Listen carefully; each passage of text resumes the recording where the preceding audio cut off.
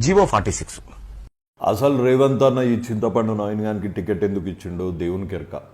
ఛాయ్ పైసలు అడుక్కునే స్టేజ్కి వెళ్ళి 2 కరోడ్ కార్ అసలు ఏ నిరుద్యోగికి, తెలంగాణలో ఏ నిరుద్యోగి కన్నా నసీబులు ఉందా? కార్ ఎక్కే నసీబే లేదనుకుంటా. అసలు జాబ్ క్యాలెండర్ గురించి కొట్లాడుతున్నావా నువ్వు? నిరుద్యోగుల గురించి కొట్లాడుతున్నావా? 46 గురించి కొట్లాడు, జీవో నెంబర్ 46 గురించి కొట్లాడుతున్నావా? నువ్వు కొట్లాడిందంతా ఇన్ని రోజులు నీ ఎమ్మెల్సీ టికెట్ గురించి. అంతకుముందు పాల కంపెనీల మీద, మల్లారెడ్డి మీద వాళ్ళ దగ్గరికి ఏం పైసలు తీసుకున్నావు? నువ్వు నీ క్యూ న్యూస్లోనో న్యూస్లోనో సుత్తంతా చెప్తావు.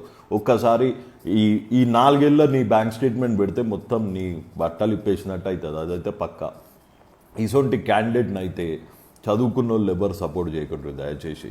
ఒక్కసారి నిరుద్యోగ భృతి మీద కానీ జాబ్ క్యాలెండర్ గురించి కొట్లాడిన యువకులు మన దగ్గర దునియా మంది ఉన్నారు. అసంటి వాళ్ళకి ఓటేసి మీ ఓటు విలువ పెంచుకోండి. జై హింద్.